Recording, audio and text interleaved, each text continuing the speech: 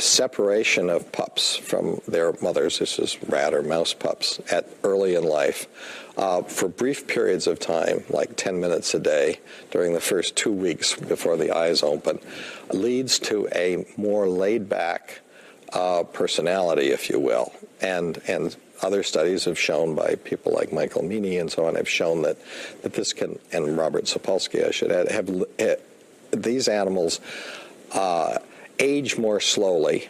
They have a longer lifespan in general.